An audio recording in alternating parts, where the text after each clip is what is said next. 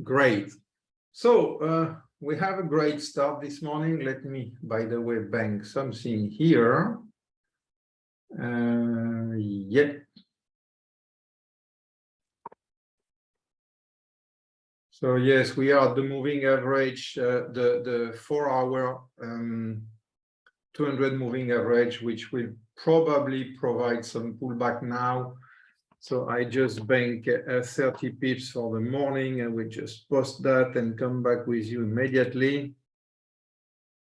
So we have seen a nice move yesterday, despite what everybody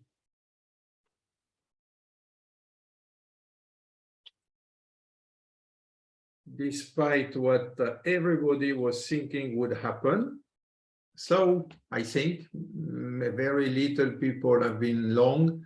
Did you get long yesterday yourself? The one in looking in live? Just let me know if you were long yesterday after the ECB, or if you have been scared with the first start of the move here, which can be understandable. Okay, great, very good.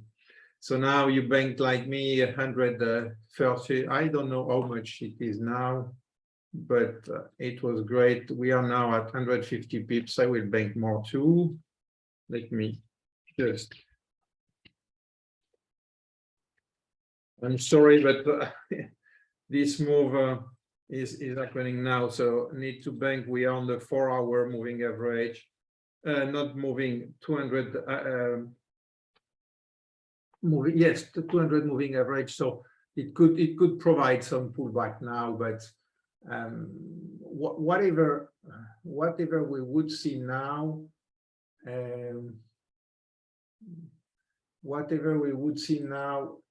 we have a continuation as we expected after we saw many break of the consolidation. So let's go back to there, because that is important to look back at this thing.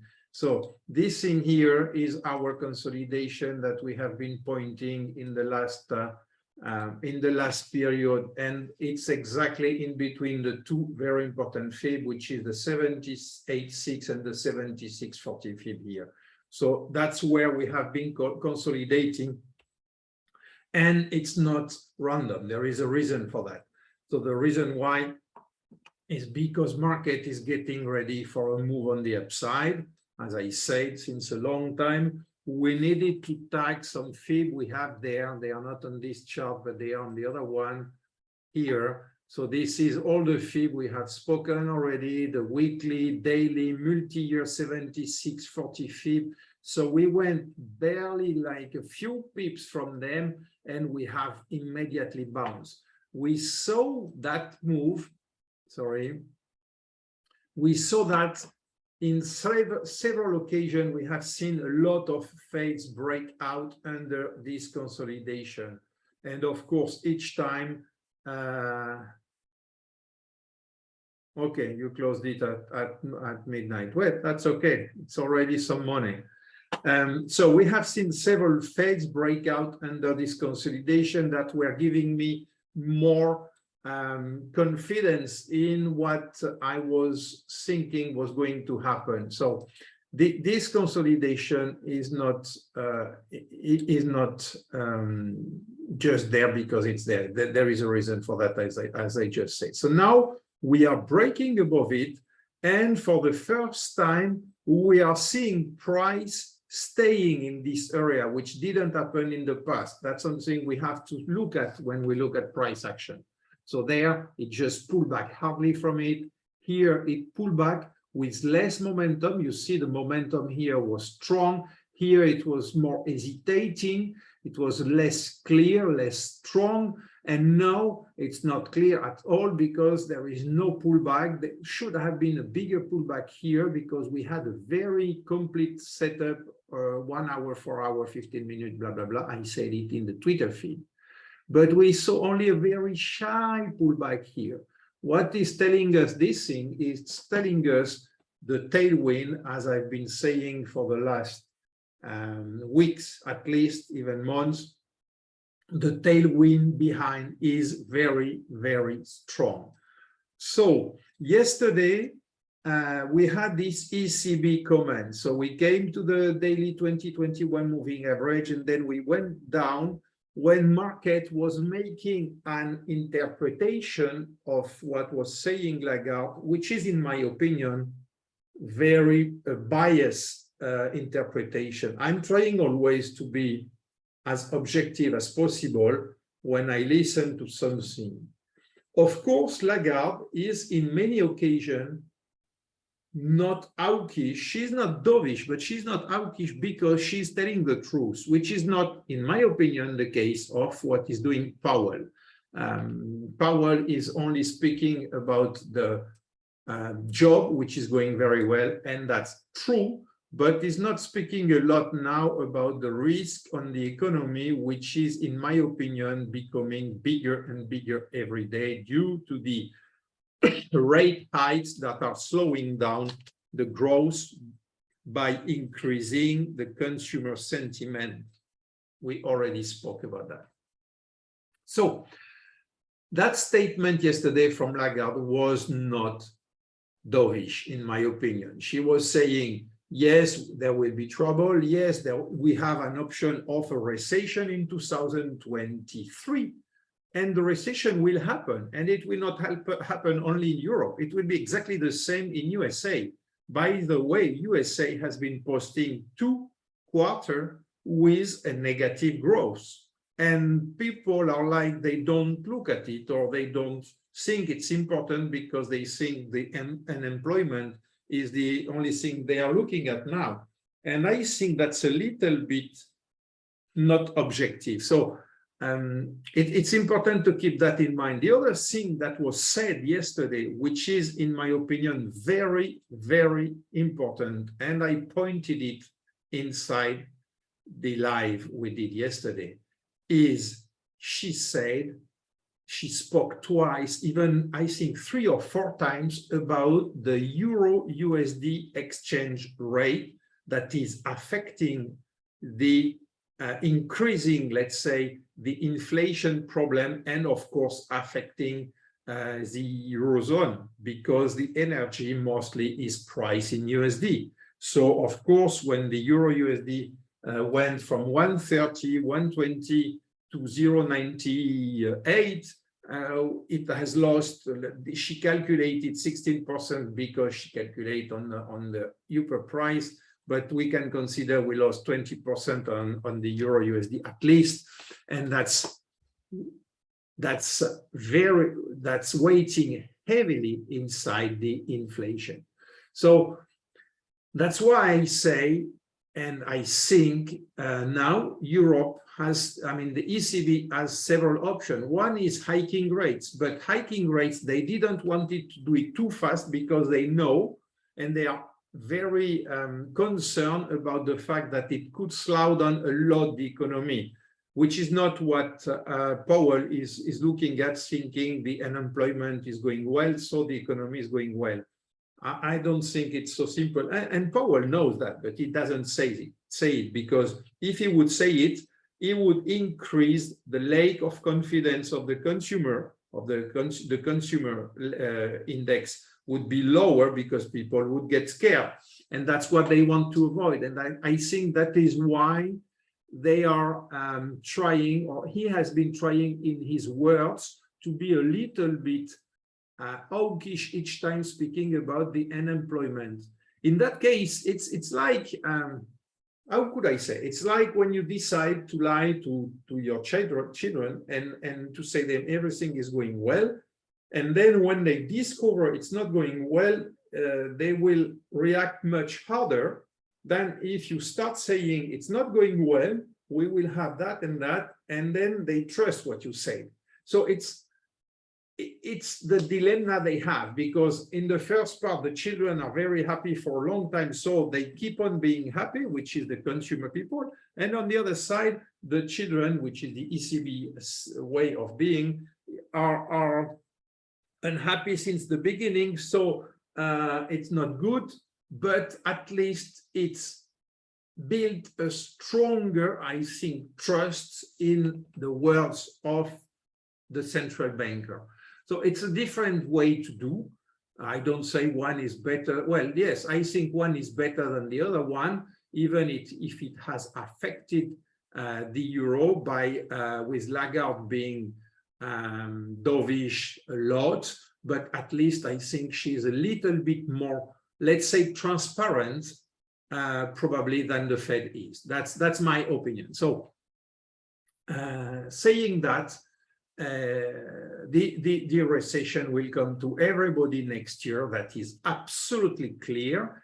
And I think the reaction of the consumers in US could be much stronger due to the fact, exactly due to the fact that they have been thinking, or they have been told for months now that it's going very well and employment is going very well, and then it will come like a stone on the head.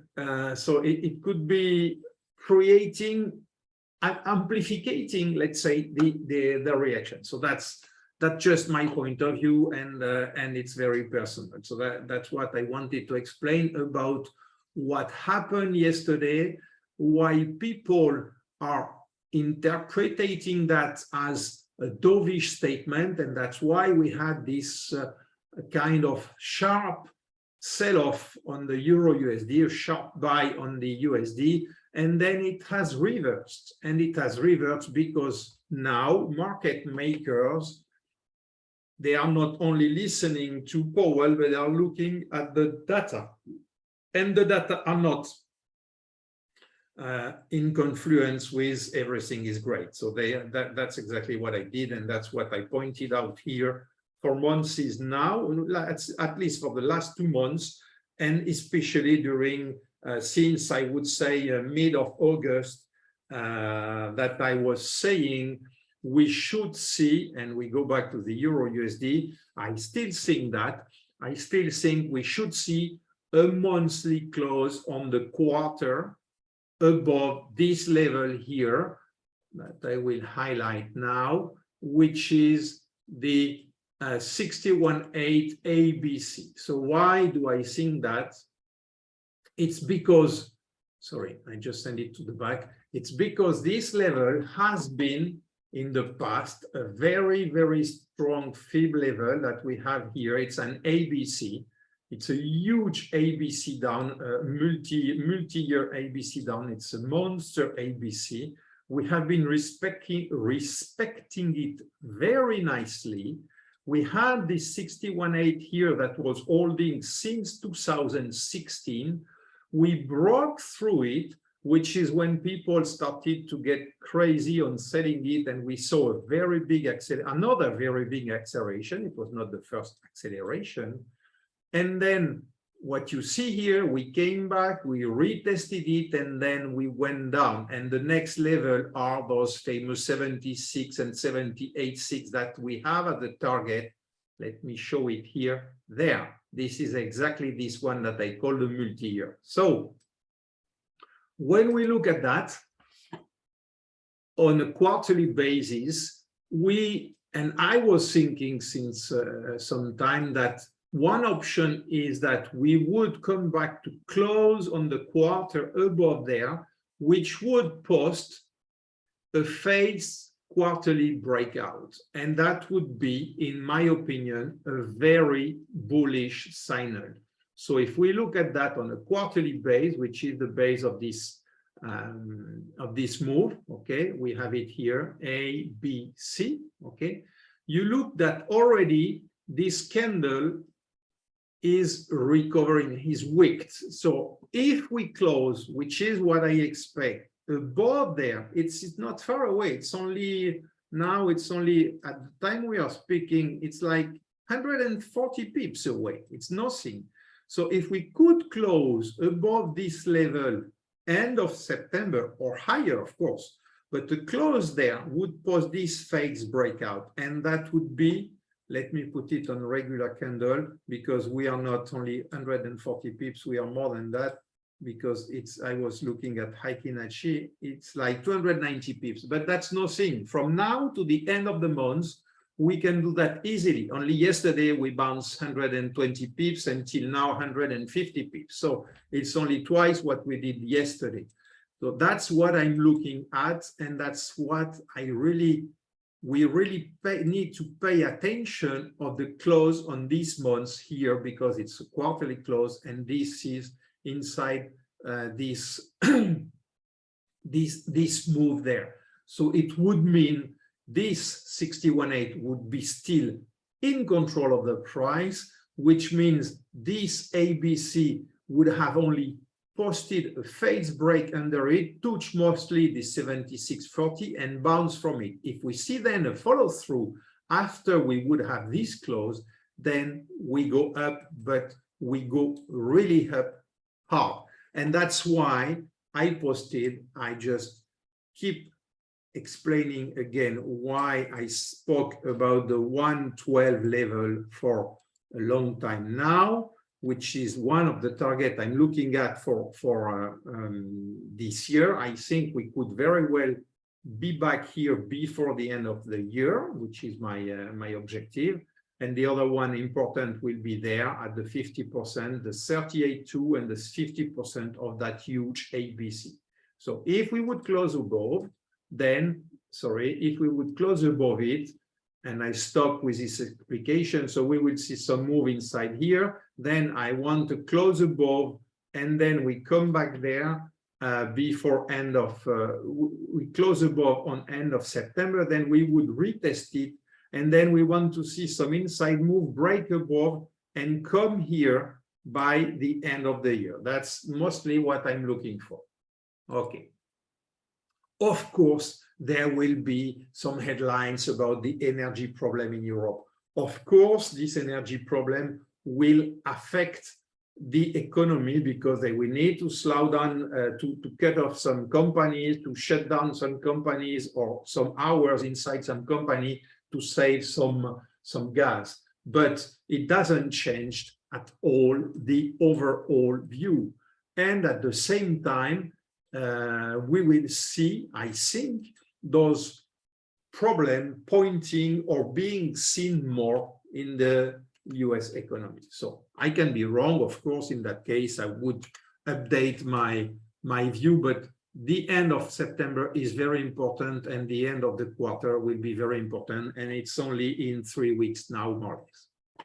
Well, let's go back intraday now. I explained what I had to explain. I think it's clear for everybody. So you remember I had posted this chart, and that's where we are now. We are unfolding this. So on a daily basis, we have had on Wednesday, we have had this move. We started from the bottom there. We bounced from it. We had a little bit of pullback. Then we have today another green candle. It's not ended, it's not finished, but this start is looking nice. So if we keep above this level, for me, that would say on the close basis, so if today we can close above it, even see a crazy acceleration is possible, as I've been saying, brutal. But if we can close above this one, that would seal, that could be the ceiling, the cement that says we have finished with this consolidation, and we have seen phase break here, just right under the bottom of the consolidation. If we look on the daily basis, we have here the 78.6, and you see we never closed under it, never ever. Phase break, phase break, phase break, and then we came back each time. So that's could be what is logical. As I've been saying in August, we will see probably some spikes under this consolidation, and that would be the go signal on the upside. So it's likely we see it now. It's not done yet, but if we have today a close above it, it would be a daily and a weekly close, and that would be really very important, because if we look on the weekly chart, you see this candle, this week candle is already quite nice, and it would be, of course, the first weekly close back above this level, and that would be the start of the way up.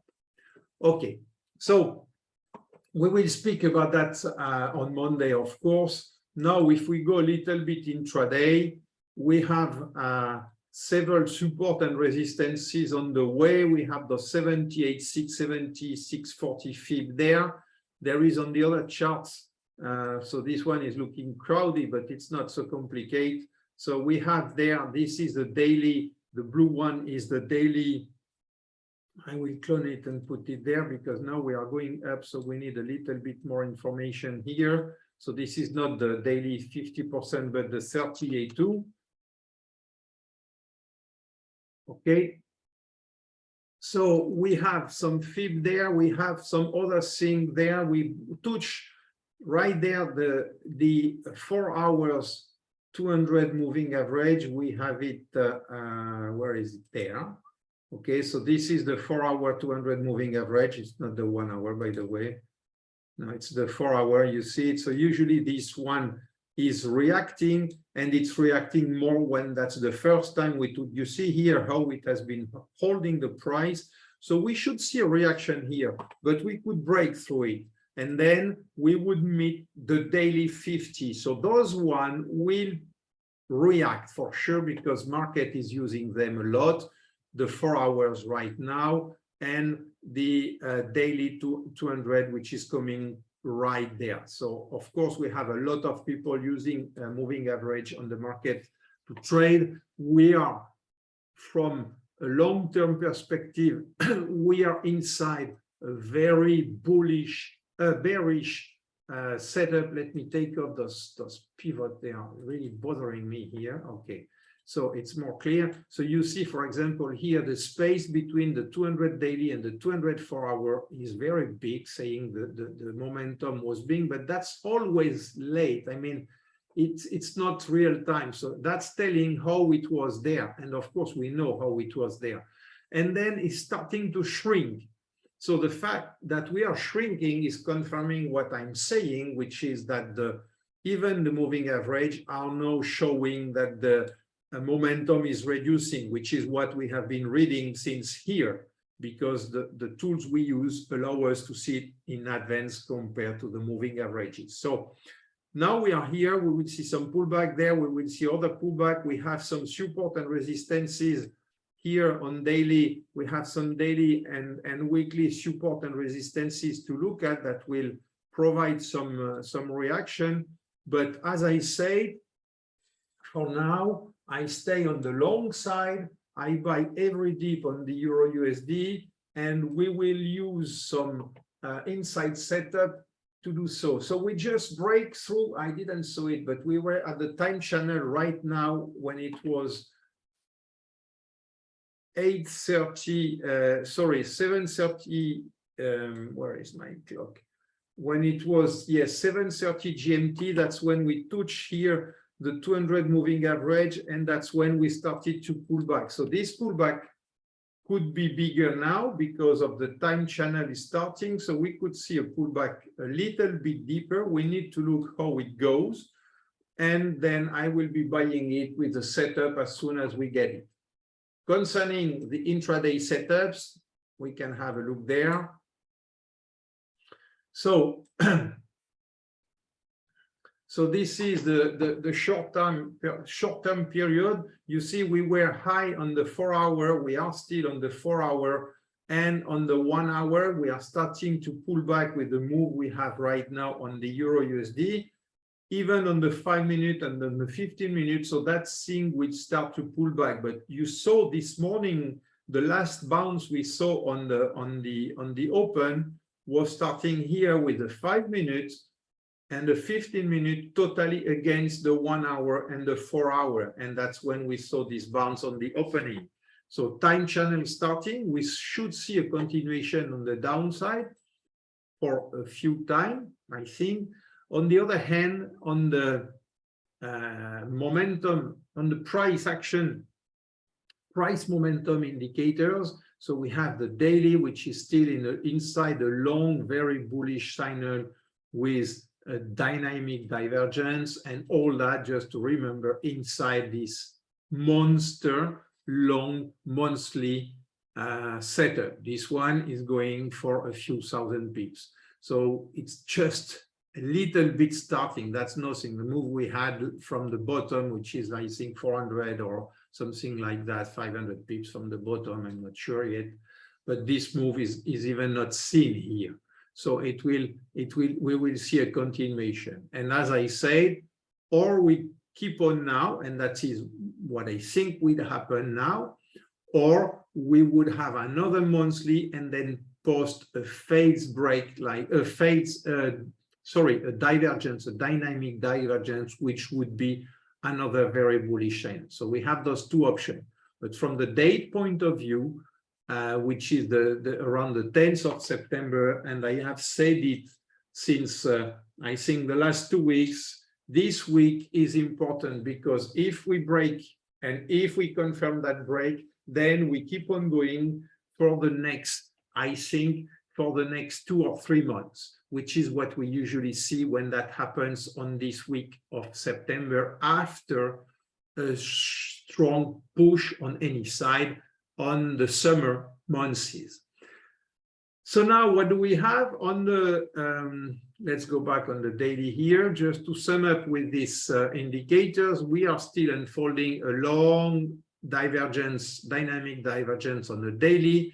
Of course, now the shorter time frame, like 15 minutes, 1 hour, and 4 hours, are posting some short signal because we have had a big bounce, a good bounce yesterday, 150 pips. So they need to breathe, which is what is already showing the 15 minutes here, the 1 hour not yet, and this one not yet. But when those one are against the big time frame, they can stay on the upside for a long time. For example, here you see it was a move when the price never could post a long signal and was only posting some short signal. The same thing can happen there because we would have then this monthly doing the job behind us and offering the tailwind. This one, we already looked at it, so it's the same thing, but from the volume perspective point of view. So this one is telling us how is the volume else. The 5 minute and the 15 minute need to breathe because of the move we have seen, but we can stick there for some time, which is what happened in the morning with the move in the morning, and even yesterday. Then it stays in the upside because of the tailwind. That's what I'm expecting could happen today. So even if we have a pullback, which would be nice because then we can reload a lot of longs, well, at least that's what I would do. So even if we have some pullback, we have all the levels to do it. If you have any question, please post them now, because then I can answer. I will stop the recording and I can answer them to you with time. But you see, for example, now what is happening. We had here the 4-hour 200 moving average. We are pulling back from it and we are bouncing on the previous top, which was there, the high of August 26. So it's very important to see what's going to happen now. We have then this 76.40 fib, which will be stronger now as a support. We could still break under it intraday, but as I said before, we are looking for a weekly close and a daily close that could very well happen above this one, and that would be a very good start and very good information for next week. Okay, so let me know if you have any question. I will just stop the recording for the people that will look at it because they don't need to stay for the question period.